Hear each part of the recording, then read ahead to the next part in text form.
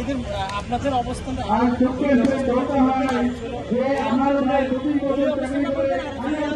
আসলে আপনারা কিভাবে সমাধান চাইছেন?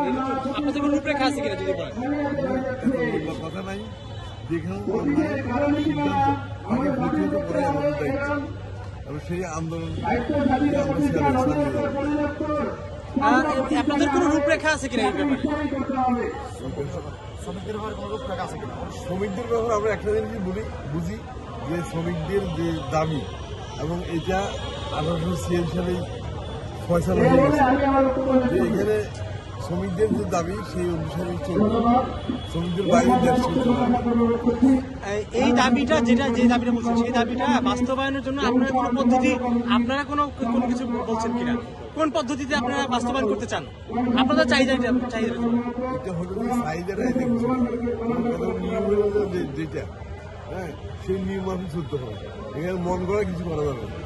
যদি আর সিএসি সাহেবের শ্রমিকের রক্ত দিয়ে ঘোষিত হয়েছে ওইটাকে মানে এবং ওইটাই আমরা এস্টাবলিশ করবো।